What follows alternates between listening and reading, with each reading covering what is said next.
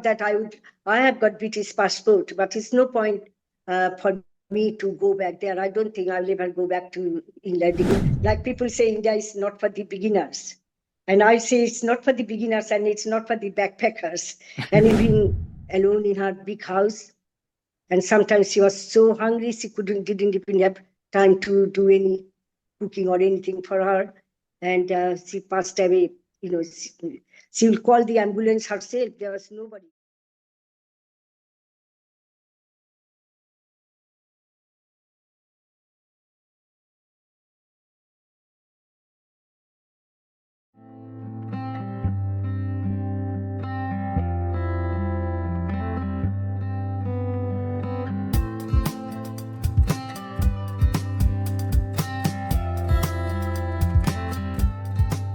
Hello, everyone. Welcome back to another episode of Desi Written. Today, I am really excited to have Miss Sujatha ji on our show. She went to UK in 1977, before a lot of us were even born. She spent close to 42 years abroad before deciding to move to India. They moved to India in 2018, and they have been living here for almost 6 years. I'm really looking forward to this discussion. Someone who spent close to 42 years abroad, which is more than a lifetime, to live abroad, their experience, how their life was, and what was the reason they decided to come to India, and how the life in India has been since the move. So thank you very much for joining us today on the show, and I'm really looking forward to our discussion, Miss Sujatha ji. So let's start a bit about your background. So what made you to move to UK? How was the life in UK? So maybe let's start with that. I think that would be very helpful. Okay, sure. Right. I went to England, London in 1977 after we got married. My husband, who was living there, I think unfortunately, after coming back, my husband passed away. So I am alone now. And anyway, so I went there in 1977. And after a year, I started to work. My first job was in British telecommunication, where I stayed for 17 and a half years, but not in the same place, all in different departments. Sometimes I worked in human resources, then in employment, redeployment section, and personnel. And then I did, with the encouragement from my husband, I did some courses. I did BTech in business studies. Before that, I had my education in India. Yeah. So I worked in a bank in India before I went to England. Okay. And then I did some accountancy course, like I did BTech in business studies, and then Association of Accounting Technician, which is AAT. And then I started working in accounts department. Okay. So from different departments, my last few years in British Telecom was in accounting. And then they offered voluntary redundancy. And I took that, opportunity and left BT. And then after a week, I had like 6 months temporary job in Association of Commonwealth Universities. After that, well, all different places I worked. Then I worked in a Metropolitan Building Society for 6 years. Then I left that job and worked in all different places, temping in some places. Then I got another permanent job, worked for 3 years.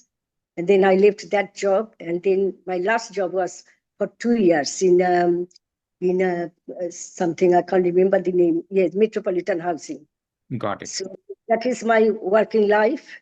Yeah. And then think about 2010 or something, I stopped working. Yeah, I think so. Maybe later. I can't remember. That's my working life. Wow. Working like from 1977 till 2003, I know, long duration. And I'm really curious about how the life was for a Indian in UK in 1970s, especially, there is not a lot of migration, immigration there. So just curious about the life there and what you have seen in the years as, people started coming more to UK and England and so on. So just curious on that. Yes, what I can tell you, Avinash, those days, UK, and I actually stayed all my time in London because, and it was so different and we never had any problem. We really enjoyed. I was so happy to go to work. And those days where, my colleagues, they were really nice and they always, whenever I said to them, oh, I'm going home, I'm going to India, they used to say, this is your home. They were so sweet and they used to take me out and then well, and all our neighbors were very, very, very happy. I mean, lucky to have good neighbors. The last house we stayed for 33 years. Before that, we stayed bought one house just after 1.5 years, and moved from that house to another house. Stayed in that house for 5 years, and our last house we lived there for about 33 years. Wow. So luckily, we always had very nice, helpful neighbors. So I can't really complain about my life in London, because the thing is, I was very, very extremely homesick. And I used to come almost every year to India to see my mom, and my dad was not well, and my dad. And then, then my dad passed away, my mother passed away. And unfortunately, after my younger sister, she was looking forward for us to come back. And within 2 years, I lost my younger sister just after 1 year. And the next year, within 2 years, I lost my beloved husband. And so, yeah. Got it. So I think just curious, the life has been good in UK, with, awesome neighbors, a good community and all that stuff. Sounds like I think you, after retiring sometime in 2003, you have lived in UK for some time, right? Till 2018, since you made the move to India. And I think that's maybe 2010. Can't remember. Maybe. Okay. Yeah. 2010 when you stopped working or you took the retirement. Okay, understood. So just curious, why the move to India in 2018? What made you to move to India, and why 2018? Right. Funny enough, I always wanted to come back from day one. I was so homesick. And my husband, he was a type of person, he was very quiet, and he didn't say anything yes or no, because he knew it was just a temporary tantrum. Every time I'll go and something happens, I'm not very happy at work, oh, I'm going back to India. And he didn't say yes or no, nothing. But so we just carried on. And after my mother passed away, I got more settled mentally. And because we didn't have any children, I had plenty of spare time to do other things. And my husband always encouraged me to do, and I had lots of hobbies and all that. And then all of a sudden, one after another, our friends passed away. And all of a sudden, my husband said, I want to go back. I don't like this cold weather anymore.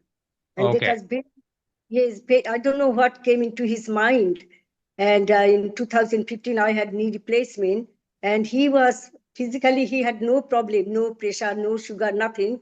Only thing, he had a bit of neurological problem, where he had problem with walking, nothing to do with his knees. It's the maybe, but otherwise when he was sitting down, no one will know that there is anything wrong. Only thing is, when he was walking, he used to get a little bit stuck. Yeah. And then that, and I had a knee replacement. I always wanted to come back, but all of a sudden he said, oh, I want to go back, because his friend, I think after he passed away, he was a bit, sad, and I don't know what he was thinking about me or what. And so we put our house on the market. And then I said to him, let's go and see what it's like. And then I took the house, from the market, and we came to India for a year, and everything was fine. when I went back, I was really happy, really excited. Oh, I'm coming back. I was buying perfumes on the flight and this and that. I was so happy. Then we put the house back on the market again and sold the house, and we came back.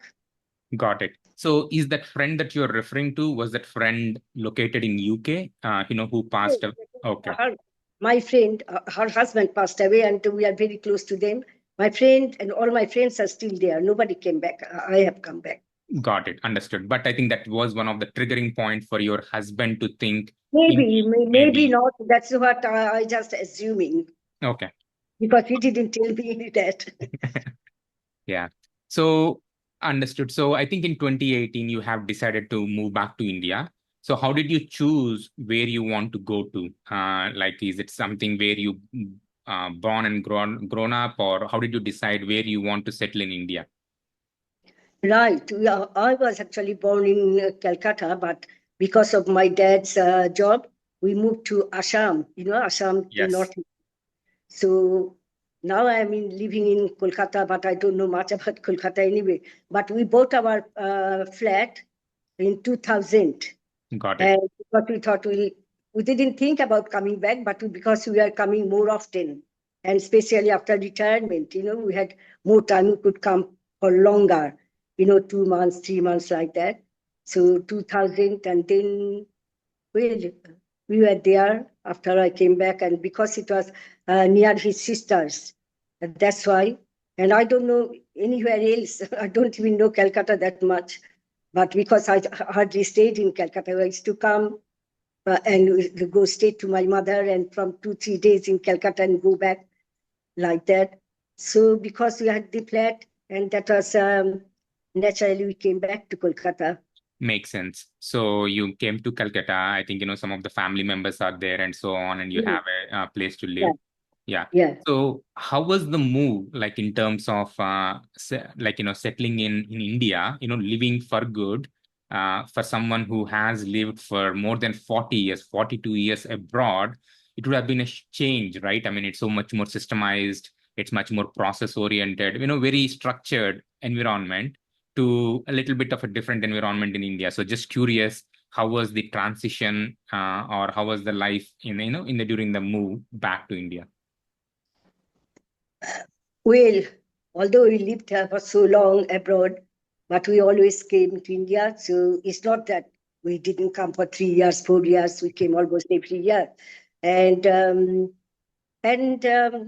you got to get used to, and lots of things, well, what to say, we didn't have much problem really, because it was just easy. I never had any struggle before I went there, and after I went there, no hardship.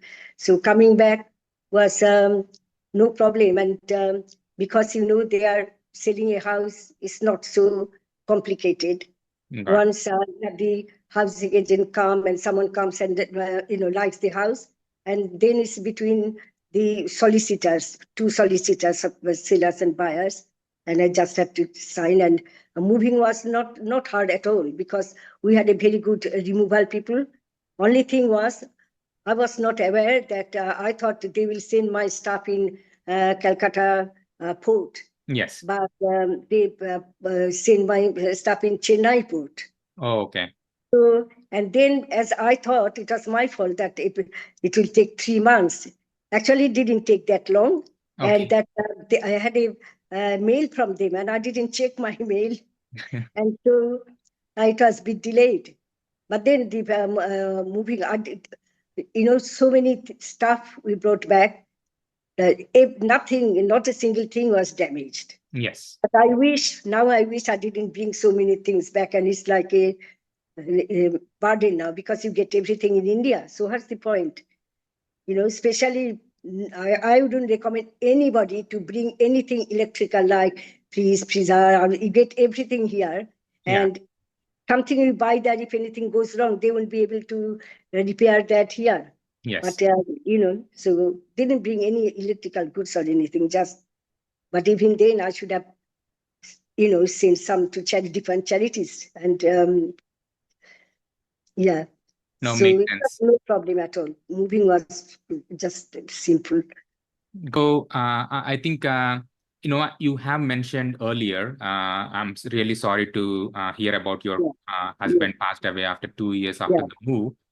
So if you're okay, how were you able to transition that, after moving to a different country and living, together, right? And it's a new place, as you mentioned, Yeah, Kolkata is a new place. yeah. So without your husband, how are you able to navigate and how is the life after that? Yeah. Right. It is, well, it's hard that my husband is no more. But because I'm always been an independent person before I went to London and after, so, and I realized that I have to be strong. Now at the moment, I'm living a pound and very nice retirement home, Okay. senior living place. And that's where I'm living now. But I've got someone younger. I hate to use the word mate. It's a home help. And so it's more secure here, so everything is looked after. But even in the flat, nowadays you have like companies like Urban Company, you can have for, thorough clean up and all that. But at the moment, I'm living in this retirement home Got it. because yeah. So if you're okay, so is that something that you transitioned from your flat, or your house that you bought in 2010 after, this unfortunate incident, you wanted to be having some company and some independence. So that's when you moved into this retirement home, after. So luckily, my flat is not far from where I am. Okay. It's only about 20 minutes drive. Okay. So the girl, looks after me. I can go anytime I like, and I've got a car and drive her. But I hardly go out, to be quite honest. I don't need to go out that much because I do on all my online shopping, and so I don't have to go out that much. Where to go?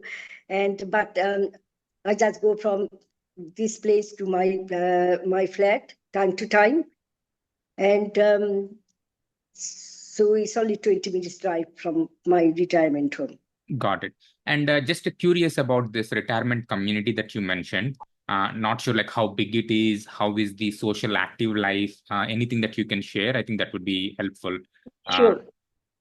I think in most, because I never lived in a big city like Delhi, Hyderabad, or Bombay or Bangalore. I've got a nephew in Delhi. I go there for 15, 20 days. And I got another nephew in Bangalore. I've been to Bangalore there. But because my flat is here in Calcutta and all my banks are here, so it's more convenient for me to stay here. And right about the retirement home, I think it's really, really, really nice. I have got like a little flat. Don't have to buy it. It's all different in different places, different states. But I think all big cities have retirement homes like this. Yeah. And it's quite nice. I don't have to worry about cooking or maintenance. Anything goes wrong, you just give a phone call to the office. Oh, see, my air conditioning is something's happening and the water is coming out. And I think they have people staying downstairs. Yeah. They have their own rooms. I'm not sure. So you just call the office and they will send someone within about 10 minutes.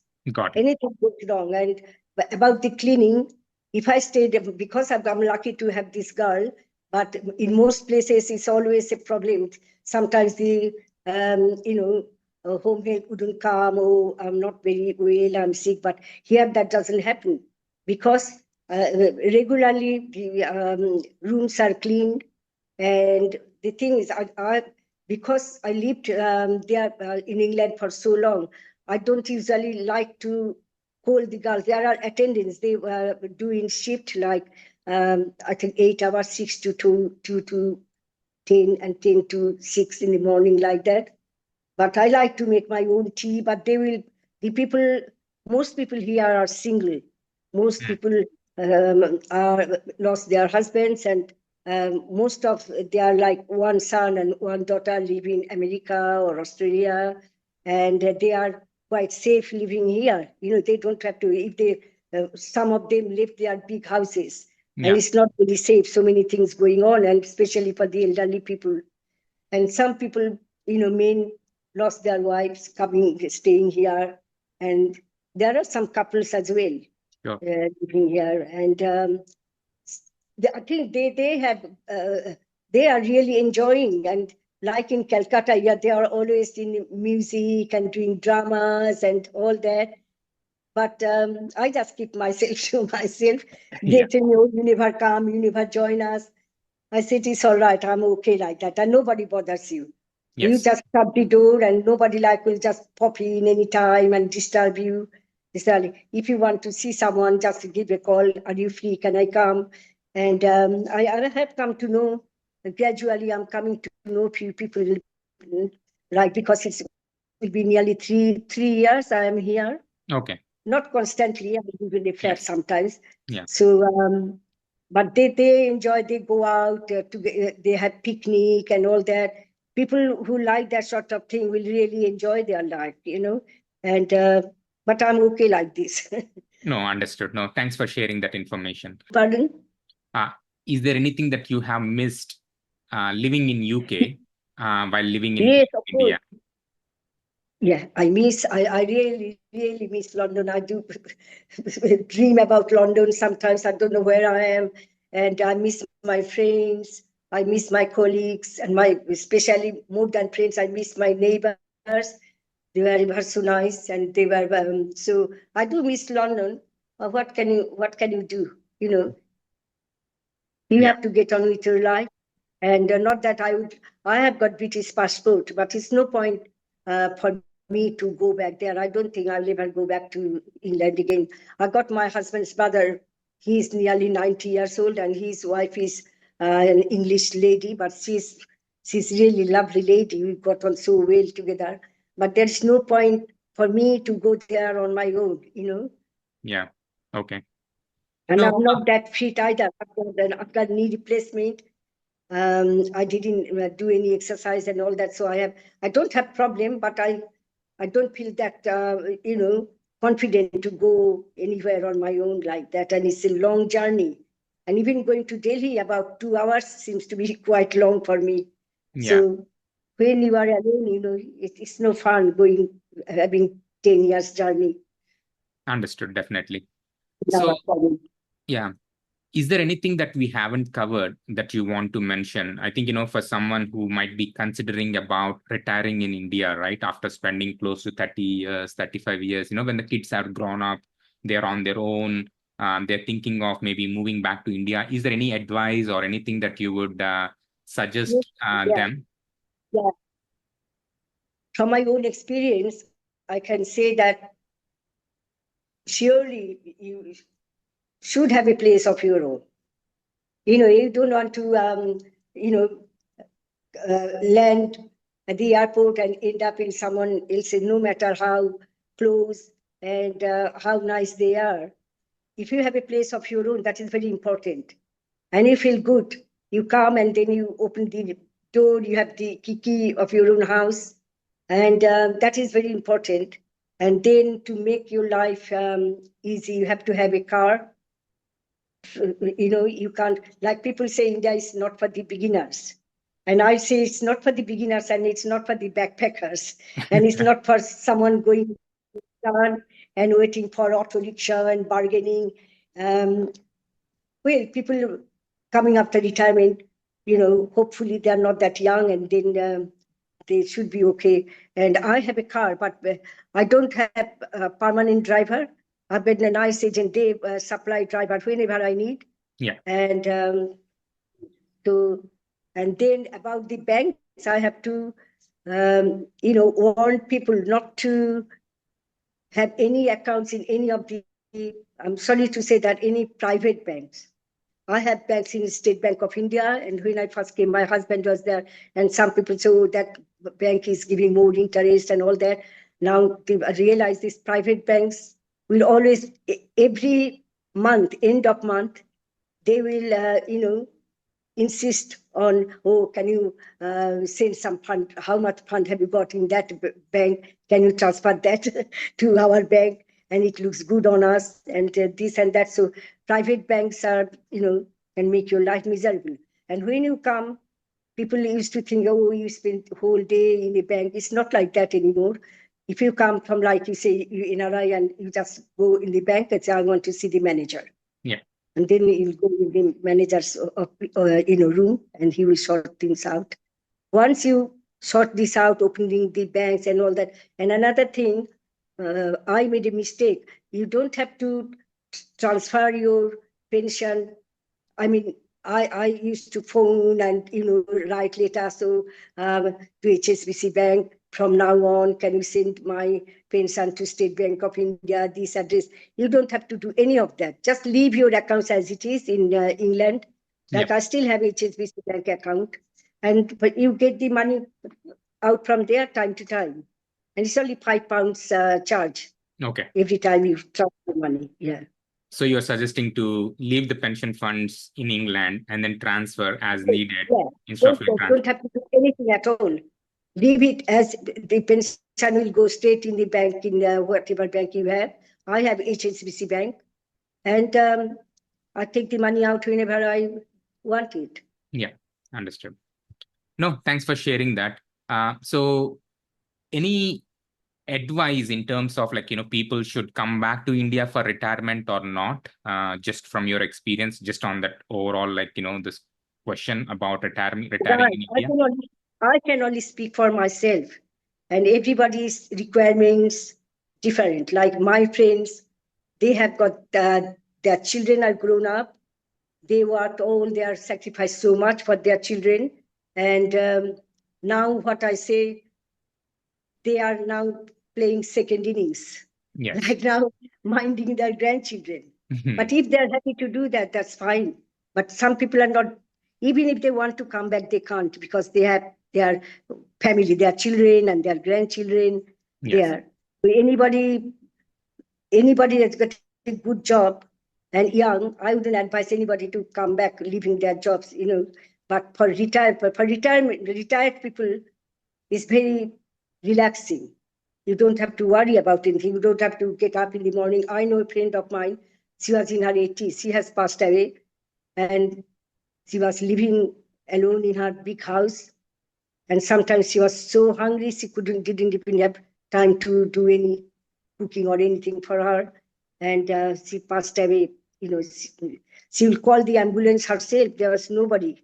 Oh, okay. And that I don't blame anybody, because all my friends are getting old and they can't do anything for anybody. Even here, I don't expect anybody to do anything. I'm quite, I like to help myself, and don't like to bother anybody. Even the girls, I don't hardly call them to do anything for me. Yeah. No, very valid points. I think, being independent would always be great, but I think, situations are different for different people, and whatever is appropriate for them, I think it makes sense. Yeah. Yeah. So thank you very much, Miss Sujatha ji, for taking your time and sharing your insights about your experience, about your journey, how it has been. It's really wonderful talking to you, and thanks a lot for taking the time and sharing your story with us today. Thanks for your time, and you take care. It was nice talking to you. Yeah.